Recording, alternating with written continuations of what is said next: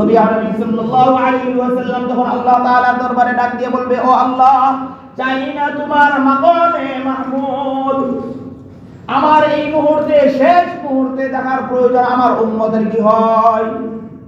বন্ধু আমার, নবীজি সাল্লাল্লাহু আলাইহি ওয়াসাল্লাম মাকামে মাহমুদের উপর হাতটা রাখবেন, হাত রেখে একবার এইটা ছেড়ে দৌড় দিয়ে চলে যাবেন হাউজে কাউসারের কাছে। যায় দেখবেন আমার কোন উম্মত পানির পিপাসায় কাতর হয়ে আছে কিনা, ওইখান থেকে আবার দৌড় দিবেন। দৌড়ে রাসূলুল্লাহ সাল্লাল্লাহু আলাইহি ওয়াসাল্লাম মিজানের পাল্লার কাছে চলে যাবেন। না জানি আমার কোন উম্মত তার আমল নামা কম হয়ে গেছে, ওইখানে দেখার পর আবার দৌড় দিবেন।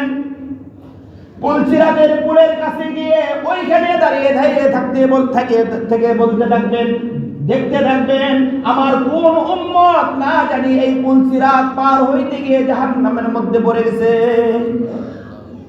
দূরে জাহান্নামের হাসরের ময়দানে আমার আপনার নবীর অবস্থা হবে একটা গলা কাটা মুরগির মতো।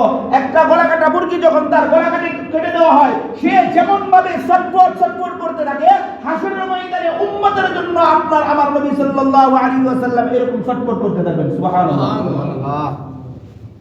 বলেন দেখি, এমন নবী আপনি কই পাইবেন? কত মর্যাদা আল্লাহ তাআলা তাকে দিয়েছে। এই জন্য তো সাহাবায়ে কেরাম তার প্রেমে পাগল হয়ে, তারা তো সরাসরি এগুলা দেখছে, জবান থেকে শুনছে, আল্লাহ তাআলার কোরআনের প্রত্যেকটা আয়াতের মর্ম, অর্থ, কাল, স্থান সবকিছু তারা জানতেন। এই জন্য তো সাহাবায়ে কেরাম নবীর জন্য এত পাগল ছিল। আল্লাহর হাবিব সাল্লাল্লাহু আলাইহি ওয়াসাল্লাম মক্কা থেকে মদিনায় হিজরত করেন। ছোট্ট সাহাবী আবু তালহা রাদিয়াল্লাহু তাআলা আনহু তার বাবার হাত ধরে নবীজি সাল্লাল্লাহু আলাইহি ওয়াসাল্লামের অপেক্ষায় দাঁড়িয়ে আছে, কখন আসবে। ছোট্ট সাহাবী আবু তালহা বাবাকে বলে, ও বাবা, শুনেছি মুহাম্মদুর রাসূলুল্লাহ সাল্লাল্লাহু আলাইহি ওয়াসাল্লাম আমাদের মদিনায় আসতেছে, কখন আসবে? সকাল থেকে সন্ধ্যা পর্যন্ত এরকম ভাবে দাঁড়িয়ে থাকে। সন্ধ্যায় করে ফিরে আবার সকালে চলে আসে। এরকম ভাবে দিনকে দিন অপেক্ষা করতেছে কখন নবীজি সাল্লাল্লাহু আলাইহি ওয়াসাল্লাম আসবে। একবার যে আল্লাহর হাবিব সাল্লাল্লাহু আলাইহি ওয়াসাল্লাম মদিনায় প্রবেশ করেছে। মদিনায় প্রবেশ করার পর এই আবু তালহা রাদিয়াল্লাহু তাআলা আনহু আল্লাহর হাবিব সাল্লাল্লাহু আলাইহি ওয়াসাল্লামকে সালাম দিয়ে কাছে গিয়ে বলতেছে, ইয়া রাসূলুল্লাহ, ইয়া হাবিবাল্লাহ, আমি আবু তালহা আপনাকে আমার দিল থেকে, আমার জীবন চেয়েও বেশি আপনাকে ভালোবাসি। কে বলতেছে? আরে ভাই, চিন্তা করতে পারবেন না, এই ৬-৭ বছরের আবু তালহা, একজন ৬-৭ বছরের বাচ্চা, সে কি বুঝে? চিন্তা করেন তো দেখি, কি বুঝে? সে যায় বলতেছে, ইয়া রাসূলুল্লাহ, আমি আপনাকে ভালোবাসি। নবীজি সাল্লাল্লাহু আলাইহি ওয়াসাল্লাম তার জবানের এই কথা শুনে হাসতেছে। সাহাবী বলতেছে, ইয়া রাসূলুল্লাহ, আমি তো আপনাকে অনেক ভালোবাসি, আমার জীবনের চেয়েও বেশি আপনাকে ভালোবাসি। রাসূলুল্লাহ সাল্লাল্লাহু আলাইহি ওয়াসাল্লাম বলেন, তুমি কি সত্যি আমাকে ভালোবাসো? আবু তালহা বলতেছে, ইয়া রাসূলুল্লাহ, আমি অবশ্যই আপনাকে আমার জীবনের চেয়েও বেশি ভালোবাসি। যদি আপনি চান আমার থেকে আমার ভালোবাসাটা পরীক্ষা নিতে পারেন। কি করতে পারেন? আমি যে আমার জীবন চেয়েও বেশি আপনাকে ভালোবাসি, আপনি এইটার পরীক্ষা আমার কাছ থেকে নিতে পারেন। রাসূলুল্লাহ সাল্লাল্লাহু আলাইহি ওয়াসাল্লাম শুধুমাত্র দেখার জন্য বলতেছে, তুমি কি সত্যি পরীক্ষা দিতে পারবে? সাহাবী বলতেছে, ইয়া রাসূলুল্লাহ, আমি অবশ্যই আপনার যেই পরীক্ষা দিবেন, যেইটাই চাইবেন আপনার মন ইচ্ছা অনুযায়ী আমি ওই কাজটা করে দিব। ইয়া রাসূলুল্লাহ, আপনি যদি চান আপনার সামনে আমি আমার গর্দানটা আমার দেহ থেকে আলাদা করতে, আমি তাও পারবো। ইয়া রাসূলুল্লাহ, আপনি যদি চান আমার বুকটা চিরে কলিজাটা বের করে আপনার হাতে দিতে, আমি তাও পিছপা হব না।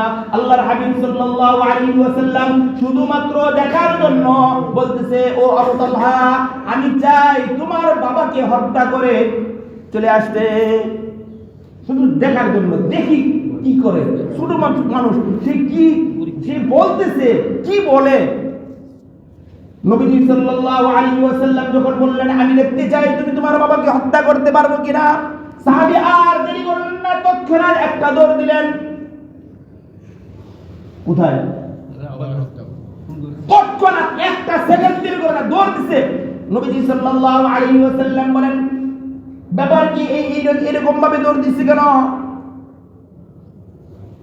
তার অবস্থা তো বেশি ভালো বোঝায় না, মনে হয় সে সত্যি সত্যি তার বাবাকে হত্যা করবে। আল্লাহর হাবিব সাল্লাল্লাহু আলাইহি ওয়াসাল্লাম পিছন দিক দিয়ে ডাক দিয়ে বলতেছে, ও আবু তালহা, ও আবু তালহা, দাঁড়াও দাঁড়াও দাঁড়াও, আর যেও না, তোমার থেকে আমার পরীক্ষা নেওয়া হয়ে গেছে। আবু তালহা দাঁড়িয়ে বলতেছে, ইয়া রাসূলুল্লাহ, আপনি যখন বলেছেন আমার বাবাকে হত্যা করার জন্য, আমি আর অন্য কিছু চিন্তা করি নাই, এখন আমার চিন্তা একটাই, আপনাকে রাজি করতে হবে। নবীজি বললেন, ও আবু তালহা, তুমি আমাকে এত ভালোবাসো? আবু তালহা বলতেছে, ইয়া রাসূলুল্লাহ, আমার জীবনের চেয়েও বেশি, আমার মা বাবা সহ সবচেয়ে বেশি আপনাকে আমি ভালোবাসি, সবচেয়ে বেশি আমি আপনাকে ভালোবাসি। এই আবু তালহা রাদিয়াল্লাহু তাআলা আনহু নবীজি সাল্লাল্লাহু আলাইহি ওয়াসাল্লামের ভালোবাসার পরীক্ষায় সে কি পাস করল। আল্লাহর হাবিব সাল্লাল্লাহু আলাইহি ওয়াসাল্লাম বলেন, ও আবু তালহা, তুমি তোমার ভালোবাসার পরীক্ষার মধ্যে ফার্স্ট ডিভিশনে পাস করেছো, একদম গ্রেট মার্ক পেয়ে তুমি পাস করেছো। ও আবু তালহা, তুমি যেমনি ভাবে আমাকে ভালোবাসো, আমি কথা দিচ্ছি আমি মুহাম্মদুর রাসূলুল্লাহ তোমাকে ভালোবাসি। সুবহানাল্লাহ। তুমি যেমনি ভাবে আমাকে ভালোবাসো, আমিও তোমাকে ভালোবাসি। এই আবু তালহা রাদিয়াল্লাহু তাআলা আনহু কিছুদিন পরে এই ছোট্ট বাচ্চা তার অসুস্থ হয়ে গেছে। প্রতিদিন নবীজির দরবারে আসতেন, আয়েশা হাদিস শুনতেন, সারা দিন থেকে নবীজির জবান থেকে হাদিস শুনতেন, কথাবার্তা শুনতেন, নবীজির আশেপাশেই থাকতেন। একবার যে আল্লাহর হাবিব সাল্লাল্লাহু আলাইহি ওয়াসাল্লাম দেখেন এই আবু তালহা আসতেছে না, একদিন যায়, দুই দিন যায়, তিন দিন যায়, আবু তালহা আসে না। একজনকে জিজ্ঞাসা করলো, ব্যাপার কি, আবু তালহা আসে না কেন, তাকে দেখতেছি না? তো একজনে বলল, আবু তালহা অসুস্থ। কে অসুস্থ? এই ছোট সাহাবী, সে কি অসুস্থ। আবু তালহা রাদিয়াল্লাহু তাআলা আনহু অসুস্থ। নবীজি শোনার সাথে সাথে তার চেহারাটা মলিন হয়ে গেছে। রাতে এশার নামাজ পড়ে আর দেরি করলেন না, সাহাবায়ে কেরামদেরকে নিয়ে আবু তালহার বাড়িতে চলে গেলেন। কোথায়? ওই সময়টা ছিল শীতকাল। কোন কাল ছিল? শীতকাল। মনে রাখবেন কথাগুলো, ওই সময়টা ছিল শীতকাল। তো সাহাবায়ে কেরাম শরীরের মধ্যে চাদর টাদর জড়িয়ে এইভাবে যাচ্ছে, আর আরবের শীত তো বুঝে নেই, মনে হয় যেন পাথর এই কি পড়তেছে, বরফ পড়তেছে, এত কনকনে শীত। এই শীতের মধ্যে নবীজি সাল্লাল্লাহু আলাইহি ওয়াসাল্লাম আবু তালহার বাড়িতে গেলেন। আবু তালহার বাড়ি এত কাছেও ছিল না, মদিনা থেকে আবু তালহার বাড়ি মোটামুটি 2 কিলোমিটার দূরে ছিল। কতটুকু দূরে?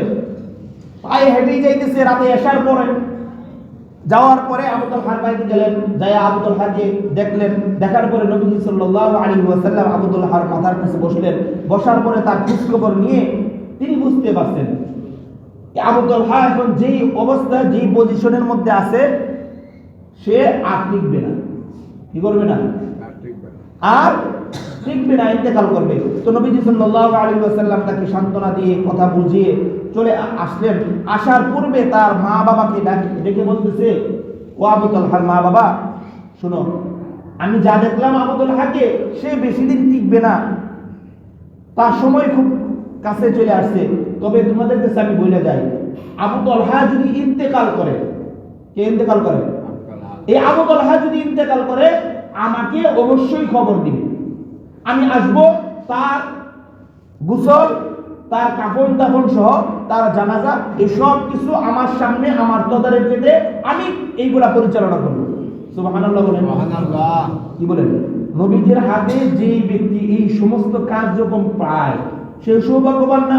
জি, অবশ্যই সৌভাগ্য। কে চায় না যে নবীজি আমাকে, আমি মৃত্যু হয়ে গেলে আমাকে গোসল দেওয়া, আমার কাপড় পরায় দেয়, আমার জানাজা পড়ক, এমনকি আমার কবরের মধ্যে নামো, এইটা কে চায় না? আমাদের তো দেখি সব সাহাবায়ে কেরাম তো এটা উদ্রে। আর এই আবু তালহার ব্যাপারে নবীজি সাল্লাল্লাহু আলাইহি ওয়াসাল্লাম নিজেই বলতেছে, আমি সব কিছু করব, আমাকে অবশ্যই খবর দিবে। এই কথা বলে আল্লাহর হাবিব সাল্লাল্লাহু আলাইহি ওয়াসাল্লাম মদিনায় চলে গেলেন। মদিনায় এখনো পর্যন্ত পৌঁছাইতে পারে নাই। অর্ধেক রাস্তা যাওয়ার সঙ্গে সঙ্গে এই আবু তালহা ইন্তেকাল হয়ে যায়। ইন্তেকালের পূর্বে নবীজি যখন ঘর থেকে বের হয়ে যায়, তার মা বাবাকে ডেকে বলতেছে, ও বাবা, ও মা, নবীজি যাওয়ার পূর্বে তোমাদেরকে কি বলে গেছে? নবীজি যাওয়ার পূর্বে তোমাদেরকে কি বলে গেছে আমাকে একটু বলো তো দেখি। আবু তালহার মা বাবা বলতেছে, ও আবু তালহা, তুমি তো সৌভাগ্যবান, তোমার কত খুশ নসিব। আল্লাহর হাবিব তোমার ইন্তেকালের পর তোমাকে গোসল এবং কাফন দাফন সহ জানাজার সমস্ত পরিচালনা আল্লাহর হাবিব সাল্লাল্লাহু আলাইহি ওয়াসাল্লাম নিজ হাতে করবেন। তিনি বলে গেছেন তোমার ইন্তেকাল হলে যেন তাকে খবর দেওয়া হয়। আবু তালহা বলতেছে, ও আমার মা বাবা, আমি তোমাদেরকে শেষ একটা ওসিয়ত করতে চাই।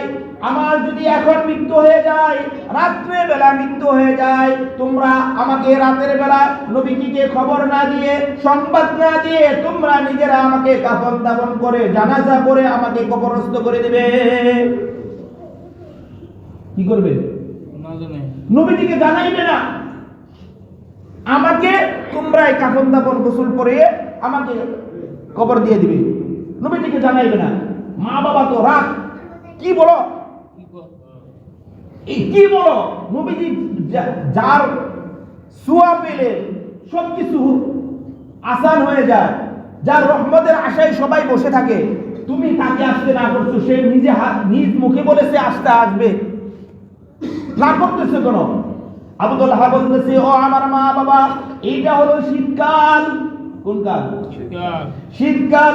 এত গভীর রাতে যদি আমার হাবিব আসে, আসার সময় আমার হাবিবের ঠান্ডা লাগতে পারে। কি ভাবেন? এত ঠান্ডা এই শীতের মধ্যে আমার হাবিব আসবে, আসার পরে তার শরীরে ঠান্ডা লাগতে পারে। আর রাস্তার মধ্যেও কয়েকটা কবিলা, কয়েকটা গোত্র আছে, কয়েকটা বাড়ি আছে, যেই বাড়িগুলো ইহুদিরা বাস করে। আমার হাবিব আমাকে দেখার জন্য, আমার কাফন দাফন করার জন্য আসবে। ওই ইহুদিরা আমার হাবিবের উপর আক্রমণ করবে, আমার হাবিব আক্রান্ত হবে। আমি আমার চাই না, আমার জানাজা চাই না, আমার জানাজা তোমরাই দিয়ে দিবে, তারপরও আমার হাবিব নিরাপদ থাকো।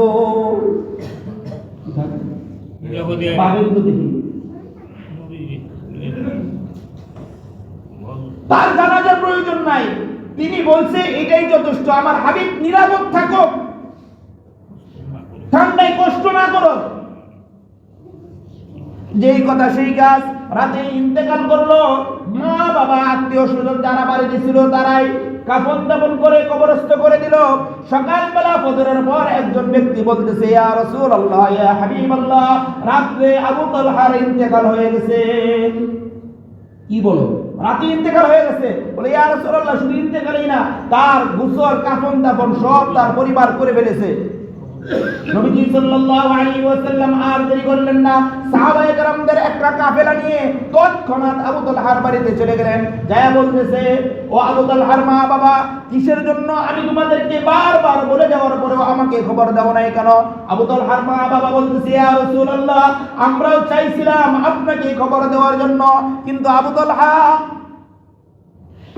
তালহা আপনার প্রেমে, আপনার পাগলে আবু তালহা বলছে যাতে আপনার রাতে কষ্ট না হয়, এই কবিলার ইহুদিরা যাতে আপনার উপরে আক্রমণ করতে না পারে, এই জন্য আবু তালহা তার জানাজার পরিবর্তে আপনার নিরাপত্তাকে বেশি প্রাধান্য দিয়েছে।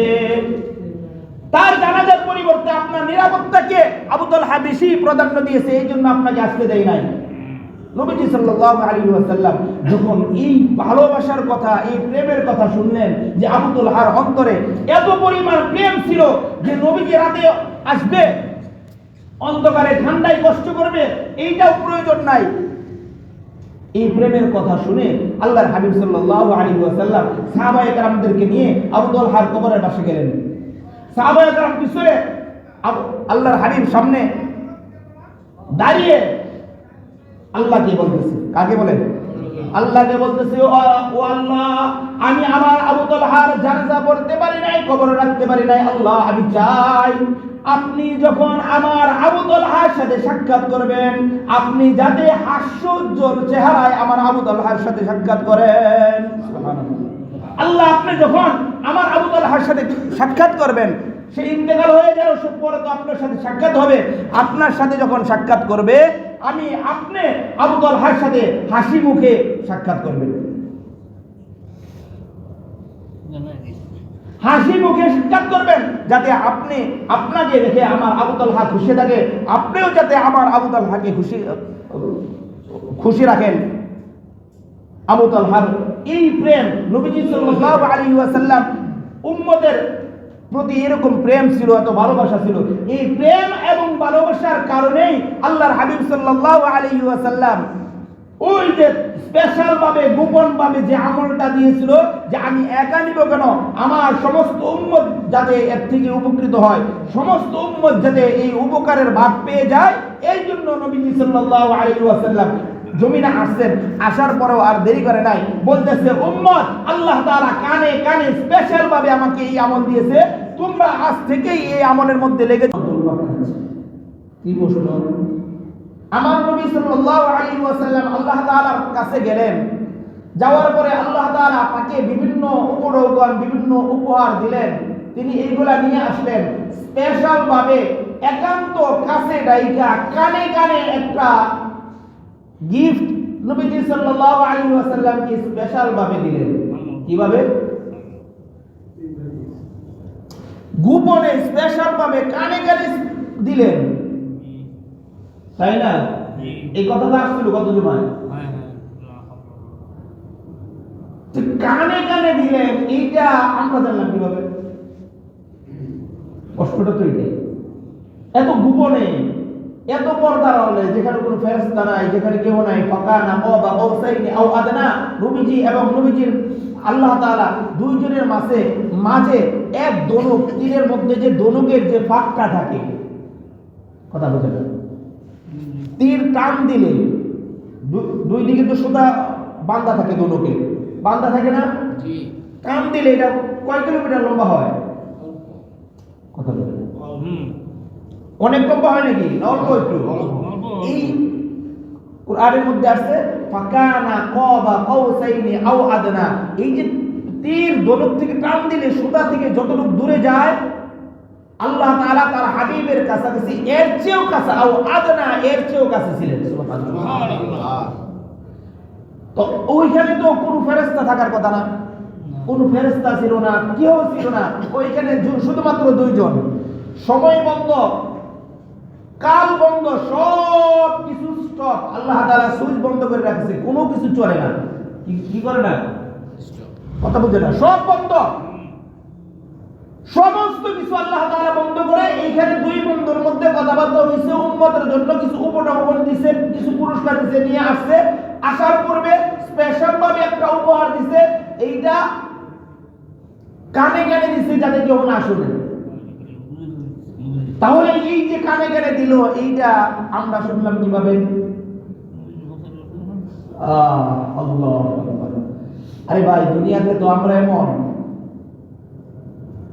আমাদেরকে যদি দুনিয়ার কোনো প্রধানমন্ত্রী বা রাষ্ট্রপতি তারা ডাইকা, যাও তোমার এলাকার জন্য এই তোমাকে দিলাম, তোমার এলাকার কাজ করবে, আরেকটা স্পেশাল একটা, এইটা শুধু তোমার, শুধু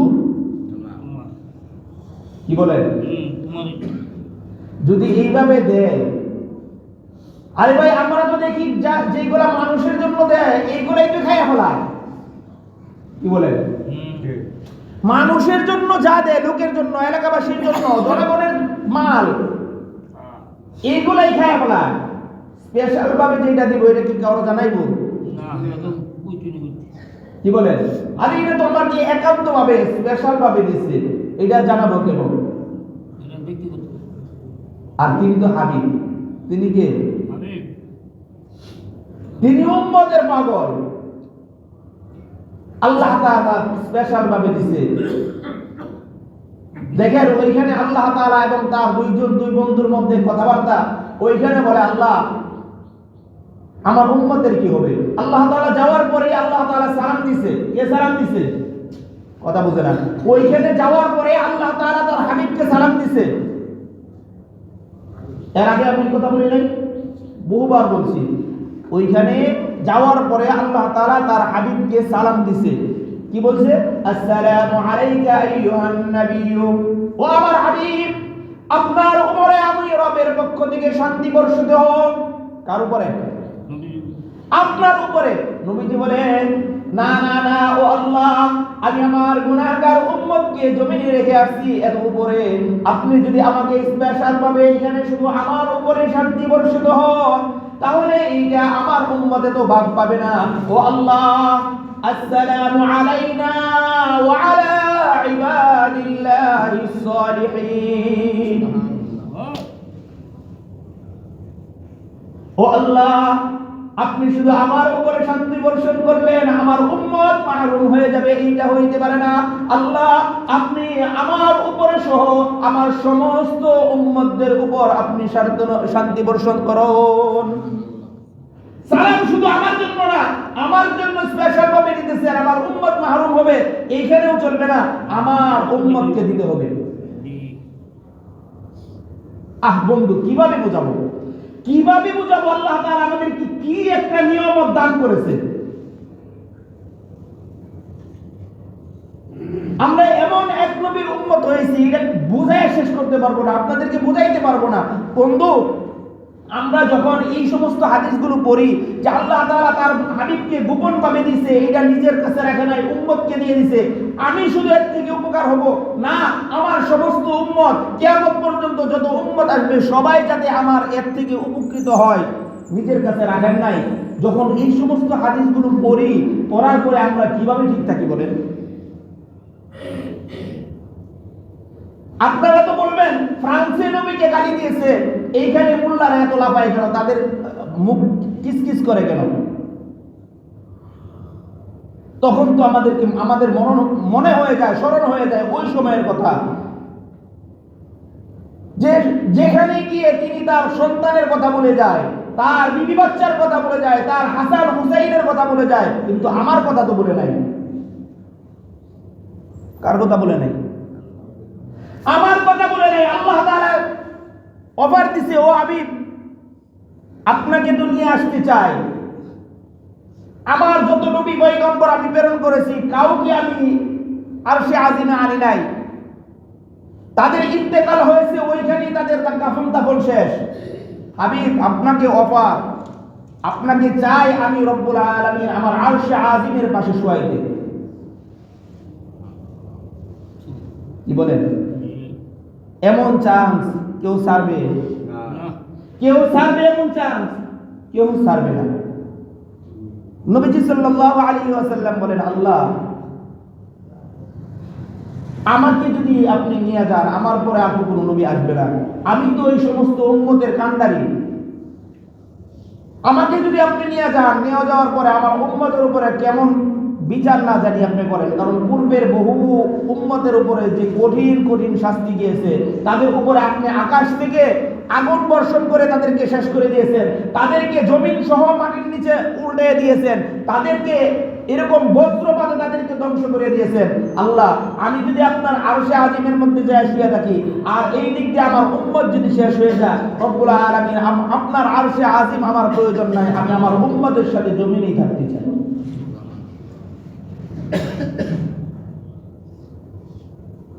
কিভাবে বুঝাবো? কিভাবে বুঝাবো? আল্লাহ রাব্বুল আলামিন এত মর্যাদা কাউকে দেয় নাই। আল্লাহ তাআলা যখন হাশরের ময়দান কায়েম করবেন, হাশরের ময়দান কায়েম করে আল্লাহ তাআলা দুইটা সিংহাসন স্থাপন করবেন। কয়টা? একটার মধ্যে মহান রব্বুল আলামিন সত্তা তিনি বসবেন, তার ডান পাশে আরেকটা থাকবে মাকামে মাহমুদ। নাম কি থাকবে? ওইটা স্থানের নামই মাকাম মাহমুদ। আমরা অনেক সময় অনেকে আমরা যারা দোয়া জানি, একটা দোয়া পড়ি না, আযানের পরে একটা দোয়া হয়, ওই দোয়ার মধ্যে মাকামে মাহমুদ আছে। এবং কোরআনের মধ্যে, কোরআনে কারীমের সূরা বনী ইসরাঈলের মধ্যে আল্লাহ তাআলা এই মাকামে মাহমুদের কথা উল্লেখ করেছে। নবী সাল্লাল্লাহু আলাইহি ওয়াসাল্লামকে আল্লাহ তাআলা বলবেন, ও হাবিব, আপনার তো পেরেশানির দরকার নাই, আপনার পেরেশানির কোনো দরকার নাই, আপনি তো হাশরের ময়দানে ছুটাছুটি করতেছেন কোনো, এত কষ্ট করতেছেন কোনো, আসেন আমার পাশে, আপনার জন্য সিংহাসন রাখা মাকামে মাহমুদ, আপনি আসেন আমার সাথে বসেন। কি বলেন? এই অফার কেউ ছেড়ে দিবে? যেখানে সমস্ত নবী পয়গম্বরগণ পর্যন্ত নাফসি নাফসি বলে ছুটাছুটি করবে, দৌড়াদৌড়ি করতে থাকবে, ওইখানে এত স্পেশাল আল্লাহ তাআলার পাশে একটা সিংহাসন রাখা। নবী সাল্লাল্লাহু আলাইহি ওয়াসাল্লাম যখন আল্লাহ তাআলার দরবারে ডাক দিয়ে বলবে, ও আল্লাহ, চাই না তোমার মাকামে মাহমুদ, আমার এই মুহূর্তে, শেষ মুহূর্তে দেখার প্রয়োজন আমার উম্মতের কি হয়। বন্ধু আমার, নবীজি সাল্লাল্লাহু আলাইহি ওয়াসাল্লাম মাকামে মাহমুদের উপর হাতটা রাখবেন, হাত রেখে একবার এইটা ছেড়ে দৌড় দিয়ে চলে যাবেন হাউজে কাউসারের কাছে, যায় দেখবেন আমার কোন উম্মত পানির পিপাসায় কাতর হয়ে আছে কিনা, ওইখান থেকে আবার দৌড় দিবেন।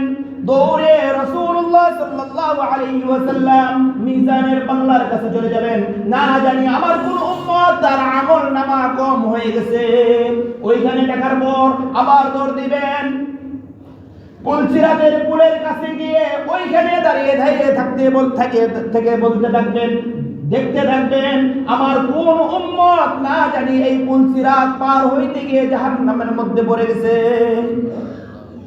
দূরে জাহান্নামের হাসরের ময়দানে আমার আপনার নবীর অবস্থা হবে একটা গলা কাটা মুরগির মতো। একটা গলা কাটা মুরগি যখন তার গলা কেটে দেওয়া হয়, সে যেমন ভাবে ছটফট ছটফট করতে থাকে, হাসরের ময়দানে উম্মতের জন্য আপনার আমার নবী সাল্লাল্লাহু আলাইহি ওয়াসাল্লাম এরকম ছটফট করতে থাকবেন। সুবহানাল্লাহ। বলেন দেখি, এমন নবী আপনি কই পাইবেন? কত মর্যাদা আল্লাহ তাআলা তাকে দিয়েছে। এই জন্য তো সাহাবায়ে কেরাম তার প্রেমে পাগল হয়ে, তারা তো সরাসরি এগুলা দেখছে, জবান থেকে শুনছে, আল্লাহ তাআলার কোরআনের প্রত্যেকটা আয়াতের মর্ম, অর্থ, কাল, স্থান সবকিছু তারা জানতেন। এই জন্য তো সাহাবায়ে কেরাম নবীর জন্য এত পাগল ছিল। আল্লাহর হাবিব সাল্লাল্লাহু আলাইহি ওয়াসাল্লাম মক্কা থেকে মদিনায় হিজরত করেন। ছোট্ট সাহাবী আবু তালহা রাদিয়াল্লাহু তাআলা আনহু তার বাবার হাত ধরে নবীজি সাল্লাল্লাহু আলাইহি ওয়াসাল্লামের অপেক্ষায় দাঁড়িয়ে আছে, কখন আসবে কখন আসবে। ছোট্ট সাহাবী আবু তালহা বাবাকে বলে, ও বাবা, শুনেছি মুহাম্মদুর রাসূলুল্লাহ সাল্লাল্লাহু আলাইহি ওয়াসাল্লাম আমাদের মদিনায় আসতেছে, কখন আসবে?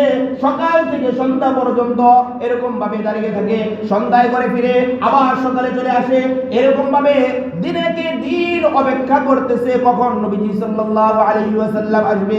একবার যে আল্লাহর হাবিব সাল্লাল্লাহু আলাইহি ওয়াসাল্লাম মদিনায় প্রবেশ করেছে, মদিনায় প্রবেশ করার পর এই আবু তালহা রাদিয়াল্লাহু তাআলা আনহু আল্লাহর হাবিব সাল্লাল্লাহু আলাইহি ওয়াসাল্লামকে সালাম দিয়ে কাছে গিয়ে বলতেছে, ইয়া রাসূলুল্লাহ, ইয়া হাবিবাল্লাহ, আমি আবু তালহা আপনাকে আমার দিল থেকে, আমার জীবন চেয়েও বেশি আপনাকে ভালোবাসি। কে বলতেছে? আরে ভাই, চিন্তা করতে পারবেন না, এই ৬-৭ বছরের আবু তালহা, একদম ৬-৭ বছরের বাচ্চা, সে কি বুঝে? চিন্তা করেন তো দেখি কি বুঝে। সে যায় বলতেছে, ইয়া রাসূলুল্লাহ, আমি আপনাকে ভালোবাসি। নবী সাল্লাল্লাহু আলাইহি ওয়াসাল্লাম তার জবানের এই কথা শুনে হাসতেছে। সাহাবী বলতেছে, ইয়া রাসূলুল্লাহ, আমি তো আপনাকে অনেক ভালোবাসি, আমার জীবনের চেয়েও বেশি আপনাকে ভালোবাসি। রাসূলুল্লাহ সাল্লাল্লাহু আলাইহি ওয়াসাল্লাম বলেন, তুমি কি সত্যি আমাকে ভালোবাসো? আবু তালহা বলতেছে, ইয়া রাসূলুল্লাহ, আমি অবশ্যই আপনাকে আমার জীবনের চেয়েও বেশি ভালোবাসি। যদি আপনি চান আমার থেকে আমার ভালোবাসার পরীক্ষা নিতে পারেন। কি করতে পারেন? আমি যে আমার জীবন চেয়েও বেশি আপনাকে ভালোবাসি, আপনি এইটার পরীক্ষা আমার কাছ থেকে নিতে পারেন। রাসূলুল্লাহ সাল্লাল্লাহু আলাইহি ওয়াসাল্লাম শুধুমাত্র দেখার জন্য বলতেছে, তুমি কি সত্যি পরীক্ষা দিতে পারবে? সাহাবী বলতেছে, ইয়া রাসূলুল্লাহ, আমি অবশ্যই আপনার যেই পরীক্ষা দিবেন, যেইটাই চাইবেন আপনার মন ইচ্ছা অনুযায়ী আমি ওই কাজটা করে দিব। ইয়া রাসূলুল্লাহ, আপনি যদি চান আপনার সামনে আমি আমার গর্দানটা আমার দেহ থেকে আলাদা করতে, আমি তাও পারবো। ইয়া রাসূলুল্লাহ, আপনি যদি চান আমার বুকটা চিরে কলিজাটা বের করে আপনার হাতে দিতে, আমি তাও পিছপা হব না। আল্লাহর হাবিব সাল্লাল্লাহু আলাইহি ওয়াসাল্লাম শুধুমাত্র দেখার জন্য বলতেছে, ও আবু তালহা, আমি চাই তোমার বাবাকে হত্যা করে চলে আসতে, শুধু দেখার জন্য, দেখি কি করে। শুধুমাত্র মানুষ, সে বলতেছে কি বলে। নবীজি সাল্লাল্লাহু আলাইহি ওয়াসাল্লাম যখন বললেন, আমি দেখতে চাই তুমি তোমার বাবাকে হত্যা করতে পারবে কিনা, সাহাবী আর দেরি করলেন না, তৎক্ষণাৎ একটা দৌড় দিলেন। কোথায়? তৎক্ষণাৎ একটা সেকেন্ড দেরি করে না, দৌড় দিছে। নবীজি সাল্লাল্লাহু আলাইহি ওয়াসাল্লাম বলেন, ব্যাপার কি এরকম ভাবে দৌড় দিছে কেন? তার অবস্থা তো বেশি ভালো বোঝায় না, মনে হয় সে সত্যি সত্যি তার বাবাকে হত্যা করবে। আল্লাহর হাবিব সাল্লাল্লাহু আলাইহি ওয়াসাল্লাম পিছন দিক দিয়ে ডাক দিয়ে বলতেছে, ও আবু তালহা, ও আবু তালহা, দাঁড়াও দাঁড়াও দাঁড়াও, আর যেও না, তোমার থেকে আমার পরীক্ষা নেওয়া হয়ে গেছে।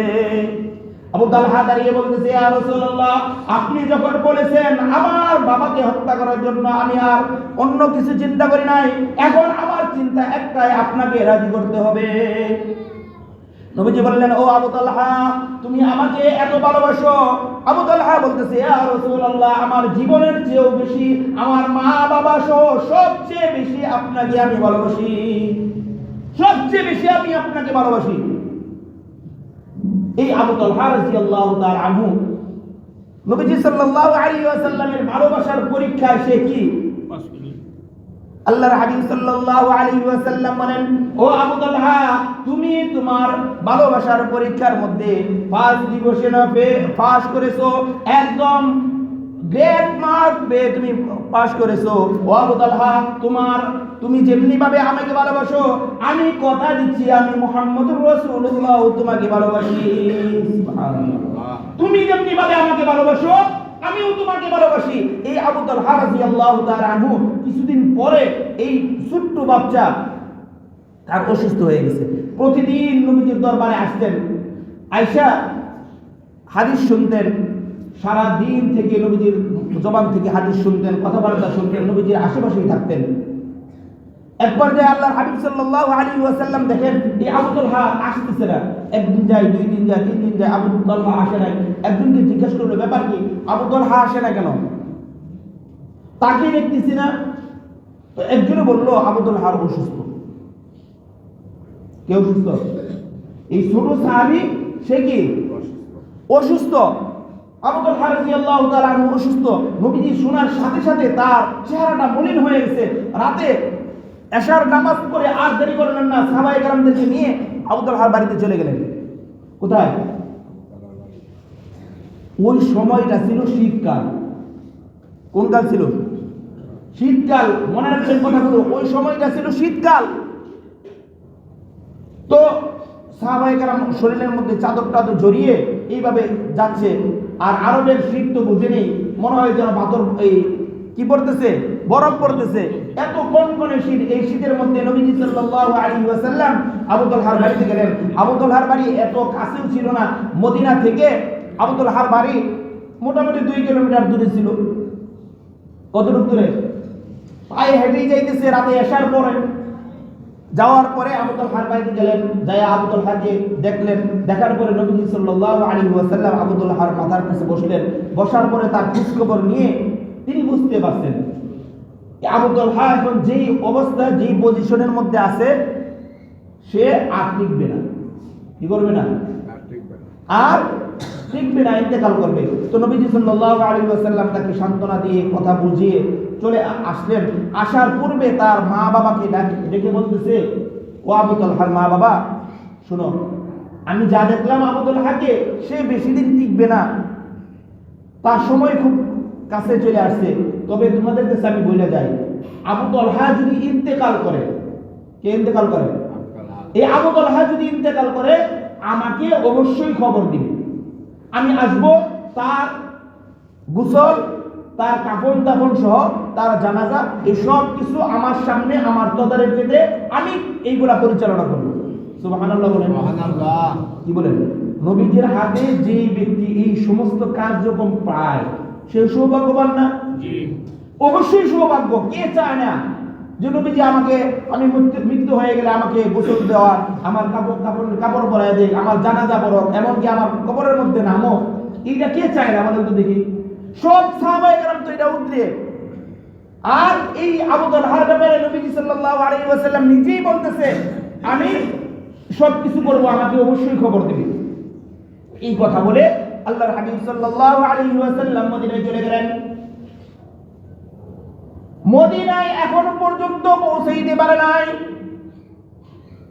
অর্ধেক রাস্তা যাওয়ার সঙ্গে সঙ্গে এই আবু তালহা ইন্তেকাল হয়ে যায়। ইন্তেকালের পূর্বে নবীজি যখন ঘর থেকে বের হয়ে যায়, তার মা বাবাকে ডেকে বলতেছে, ও বাবা ও মা, নবীজি যাওয়ার পূর্বে তোমাদেরকে কি বলে গেছে? নবীজি যাওয়ার পূর্বে তোমাদেরকে কি বলে গেছে আমাকে একটু বলো তো দেখি।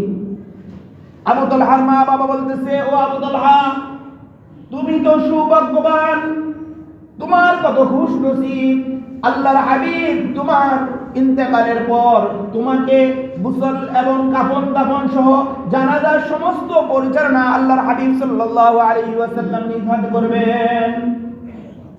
তিনি বলে গেছেন তোমার ইন্তেকাল হলে যেন তাকে খবর দেওয়া হয়। আবু তালহা বলতেছে, ও আমার মা বাবা, আমি তোমাদেরকে শেষ একটা ওসিয়ত করতে চাই। আমার যদি এখন মৃত্যু হয়ে যায়, রাত্রে বেলা মৃত্যু হয়ে যায়, তোমরা আমাকে রাতের বেলা নবীজিকে খবর না দিয়ে, সংবাদ না দিয়ে তোমরা নিজেরা আমাকে কাফন দাফন করে জানাজা করে আমাকে কবরস্থ করে দিবে। কি করবে? নবীজিকে জানাইবে না, আমাকে তোমরাই কাফন দাফন গোসল করে আমাকে কবর দিয়ে দিবে, নবীজিকে জানাইবে না। মা বাবা তো রাগ, কি বলো কি বলো? নবীজি যার সুয়া পেলে সবকিছু আসান হয়ে যায়, যার রহমতের আশায় সবাই বসে থাকে, তুমি তাকে আসতে না করছো, সে নিজে নিজ মুখে বলেছে আসতে আসবে, না করতেছে কেন? আবু তালহা বলতেছে, ও আমার মা বাবা, এইটা হলো শীতকাল। কোন কাল? শীতকাল। এত গভীর রাতে যদি আমার হাবিব আসে, আসার সময় আমার হাবিবের ঠান্ডা লাগতে পারে। কি ভাবেন? এত ঠান্ডা, এই শীতের মধ্যে আমার হাবিব আসবে, আসার পরে তার শরীরে ঠান্ডা লাগতে পারে। আর রাস্তার মধ্যেও কয়েকটা কবিলা, কয়েকটা গোত্র আছে, কয়েকটা বাড়ি আছে, যেই বাড়িগুলো ইহুদিরা বাস করে। আমার হাবিব আমাকে দেখার জন্য, আমার কাফন দাফন করার জন্য আসবে। ওই ইহুদিরা আমার হাবিবের উপর আক্রমণ করবে, আমার হাবিব আক্রান্ত হবে। আমি আমার চাই না, আমার জানাজা চাই না, আমার জানাজা তোমরাই দিয়ে দিবে, তারপরও আমার হাবিব নিরাপদ থাকো।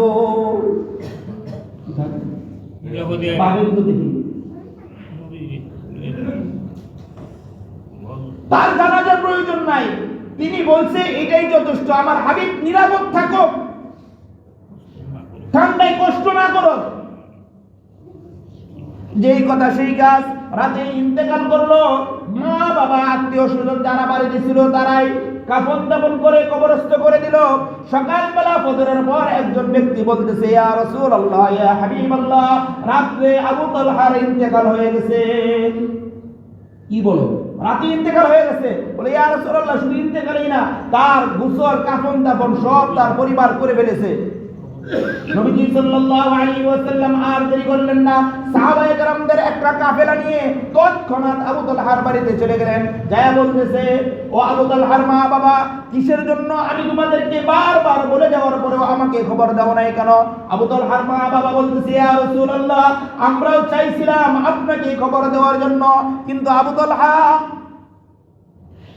তালহা আপনার প্রেমে, আপনার পাগলে আবু তালহা বলছে যাতে আপনার রাতে কষ্ট না হয়, এই কবিলার ইহুদিরা যাতে আপনার উপরে আক্রমণ করতে না পারে, এই জন্য আবু তালহা তার জানাজার পরিবর্তে আপনার নিরাপত্তাকে বেশি প্রাধান্য দিয়েছে। তার জানাজার পরিবর্তে আপনার নিরাপত্তাকে আবু তালহা বেশি প্রাধান্য দিয়েছে, এই জন্য আপনাকে আসতে দেয় নাই। নবীজি সাল্লাল্লাহু আলাইহি ওয়াসাল্লাম যখন এই ভালোবাসার কথা, এই প্রেমের কথা শুনলেন, যে আবু তালহার অন্তরে এত পরিমাণ প্রেম ছিল যে নবীজি রাতে আসবে, অন্ধকারে ঠান্ডায় কষ্ট করবে, এইটাও প্রয়োজন নাই। এই প্রেমের কথা শুনে আল্লাহর হাবিব সাল্লাল্লাহু আলাইহি ওয়াসাল্লাম সাহাবায়ে কেরামদেরকে নিয়ে আবু তালহার কবরের পাশে গেলেন। সাহাবায়ে কেরাম পিছনে, আল্লাহর হাবিব সামনে দাঁড়িয়ে আল্লাহকে বলতেছে। কাকে বলেন? আল্লাহকে বলতেছে, ও আল্লাহ, আমি আমার আবু তালহার জানাজা পড়তে পারি নাই, কবরে রাখতে পারি নাই। আল্লাহ, আমি চাই আপনি যখন আমার আবু তালহার সাথে সাক্ষাৎ করবেন, আপনি যাতে হাস্যোজ্জ্বল চেহারায় আমার আবু তালহার সাথে সাক্ষাৎ করেন। সুবহানাল্লাহ। আল্লাহ, আপনি আপনি যখন আমার আবু তালহার সাথে সাক্ষাৎ করবেন, সে ইন্তেকাল হয়ে যাওয়ার পরে তো আপনার সাথে সাক্ষাৎ হবে, আপনার সাথে যখন সাক্ষাৎ করবে আপনি আবু তালহার সাথে হাসি মুখে সাক্ষাৎ করবেন, হাসি মুখে সাক্ষাৎ করবেন, যাতে আপনাকে দেখে আমার আবু তালহা খুশি থাকে, আপনিও যাতে আমার আবু তালহাকে খুশি রাখেন। আবু তালহার এই প্রেম, নবীজি সাল্লাল্লাহু আলাইহি ওয়াসাল্লাম উম্মতের প্রতি এরকম প্রেম ছিল, এত ভালোবাসা ছিল। এই প্রেম এবং ভালোবাসার কারণেই আল্লাহর হাবিব সাল্লাল্লাহু আলাইহি ওয়াসাল্লাম ওই যে স্পেশাল ভাবে গোপন ভাবে যে আমলটা দিয়েছিল, যে আমি একা নিব কেন, আমার সমস্ত উম্মত যাতে এর থেকে উপকৃত হয়, সমস্ত উম্মত যাতে এই উপকারের ভাগ পেয়ে যায়, এই জন্য নবীজি সাল্লাল্লাহু আলাইহি ওয়াসাল্লাম জমিনে আসছেন। আসার পরেও আর দেরি করে নাই, বলতেছে উম্মত, আল্লাহ তাআলা কানে কানে স্পেশাল ভাবে আমাকে এই আমল দিয়েছে, তোমরা আজ থেকেই এই আমলের মধ্যে লেগে যাও। কি বলেন? এই জন্য এই কানে কানে স্পেশাল আমলটাও নবীজি সাল্লাল্লাহু আলাইহি ওয়াসাল্লাম উম্মতের প্রেমে, উম্মতের পাগলে এইটা নিজের কাছে রাখে নাই, উম্মতের জন্য বিলি করে দিয়েছে। সুবহানাল্লাহ। এখনো বুঝতে পারলাম যে স্পেশাল কানে কানে দিল গোপন ভাবে, এইটা কেন প্রকাশ করলো? কেন প্রকাশ করলো? কেন? উম্মতের পাগলে, উম্মতের পাগলে। যেই নবী উম্মতকে এত পরিমাণ ভালোবাসতো, ওই নবীকে ভালোবাসার প্রয়োজন আছে না নাই? আছে। কি পরিমাণ ভালোবাসার প্রয়োজন আছে? কি পরিমাণ? নিজের জীবন, ওই যে আবু তালহা যেরকম ভাবে তার বাবার কি করে নাই, বাবার পরোয়া করে নাই,